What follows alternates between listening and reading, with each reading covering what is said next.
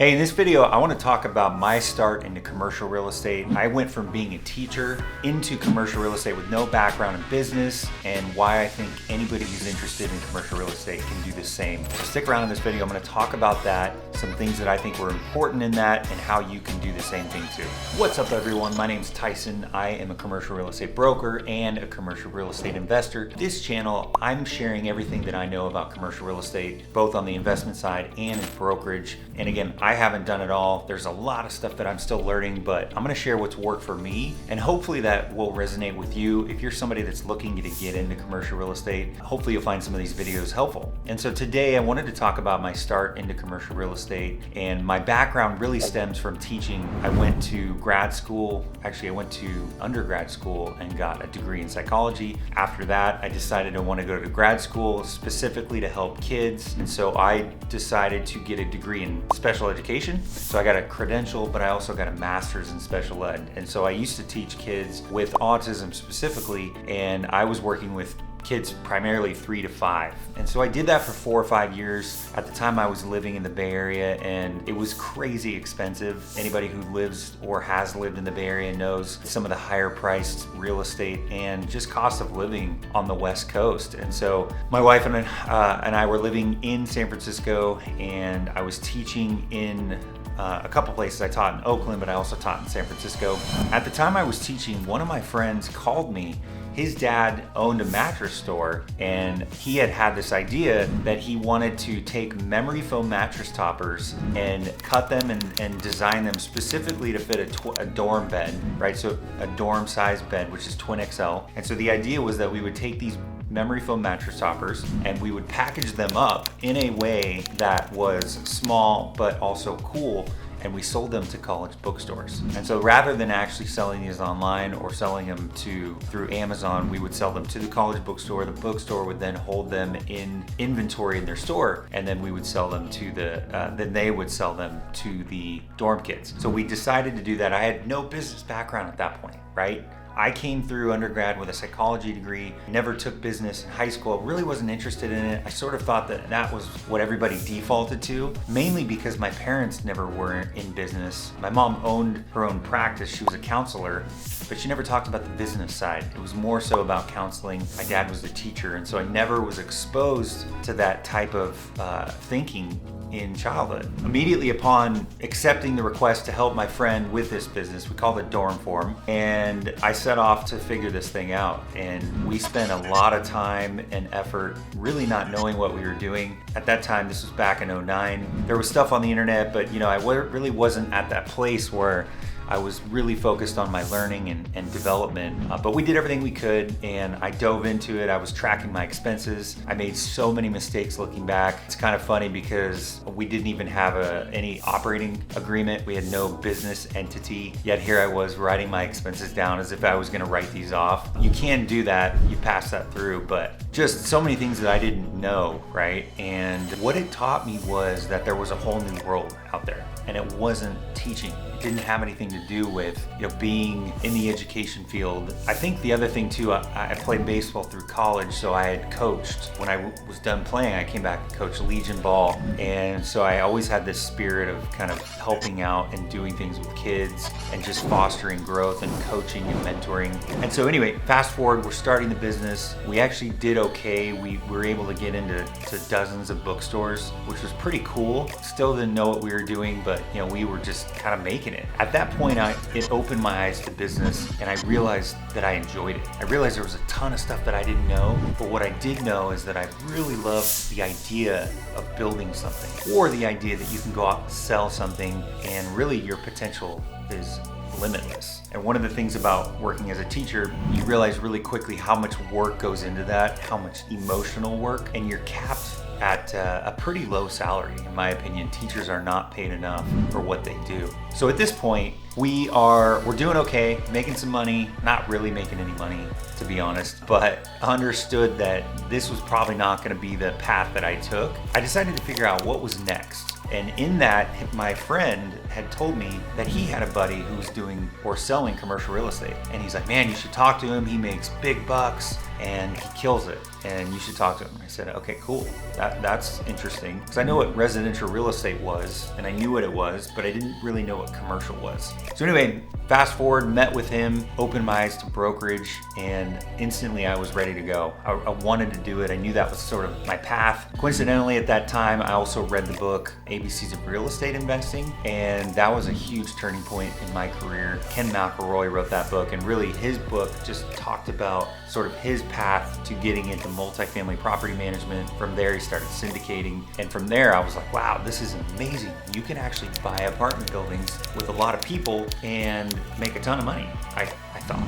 So from that moment on, I set out to ultimately invest in multifamily. What I really wanted to do was kind of focus on what Ken McElroy was doing. And to get there, I thought the best path to getting there was either working in that property management field, maybe as an asset manager, or going into brokerage and selling that specific asset class. And so that's what I did. I set out to get into commercial real estate. I didn't know what was required of me to actually be a broker.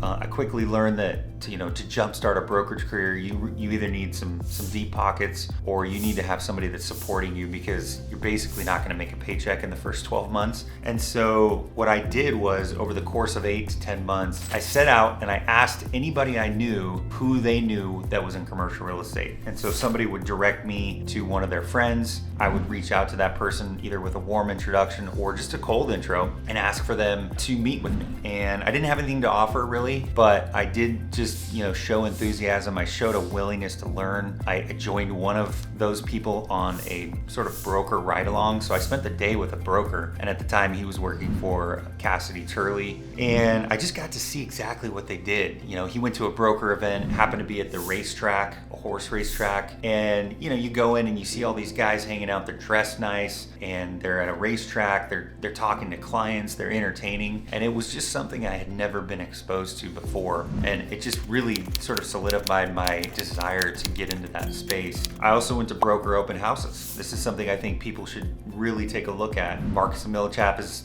sort of infamous for doing this, but they would host a broker open house, and they would say, anybody interested in getting in brokerage, come to this event. We're going to talk about what it is, and we're going to sign people up who are interested in getting into brokerage. M&M has a pretty big churn rate, and so they're constantly bringing in new brokers into the space. But there was a couple other firms that did that, and I went out there and met with those people. The idea is that you're putting out energy into the atmosphere, right? You're putting energy out into the world, and that energy is saying, hey, I'm looking for this, and this is my goal, and who can help me get to that goal? And so I was willing to talk to anybody and everybody in order to put myself in a position to get to that spot. And so after about 8 months, I had some close calls. There was a multifamily syndication group that I was close to getting a position with. I was pursuing very hard one of the guys who was one of the partners of the firm, and he happened to be at an investor meetup that I went to, and I saw him speak.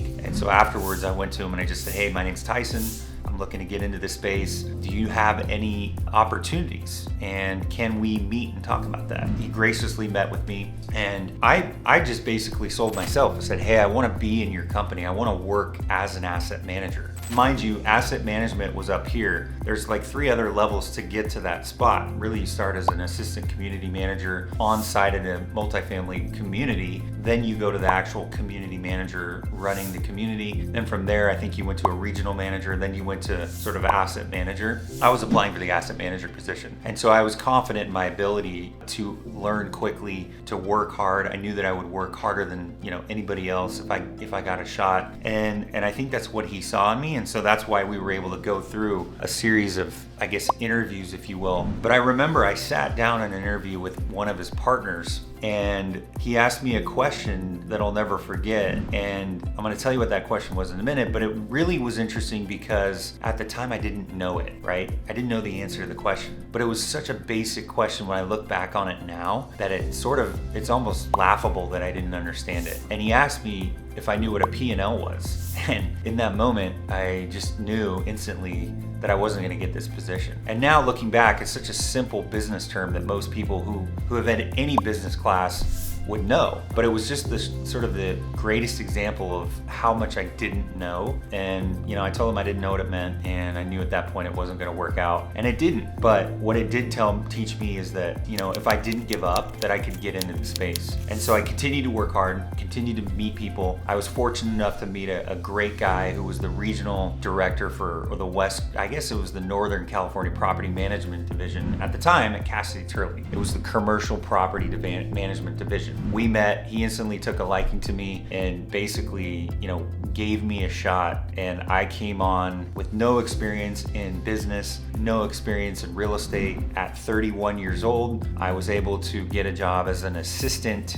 to him, basically. And, he hired me with the idea that I was gonna start at the bottom, but he saw big plans for me and I was gonna quickly progress through. And within 2 years, I was the property manager lead in San Francisco at that office. I had a team of 4 that I was managing, who, by the way, were all more experienced than me, but that's because of what I was willing to do and how hard I was willing to work. And so a couple things I want you to take away from this video. Number one, if you're interested in getting into commercial real estate, there's never been a better time than right now. And I say that because although interest rates have gone up significantly and transaction volume is down significantly, that's when times are good because there's people getting out of the business. And so much like in 08, 09, really good time to start as a broker. And a lot of good brokers started in that time, and then they just had tons of success in that run up. Now is a great time to get into the field. But you don't have to get into brokerage, right? I didn't get in as a broker. Started as a property manager, and then within 2.5 years, I decided that was enough. I was ready to do it, and I transitioned to brokerage. You can start in property management. Great foundation for you because you learn leasing, you learn business, you learn a lot of different things that pertains to real estate, and you get a steady paycheck. You can start an appraiser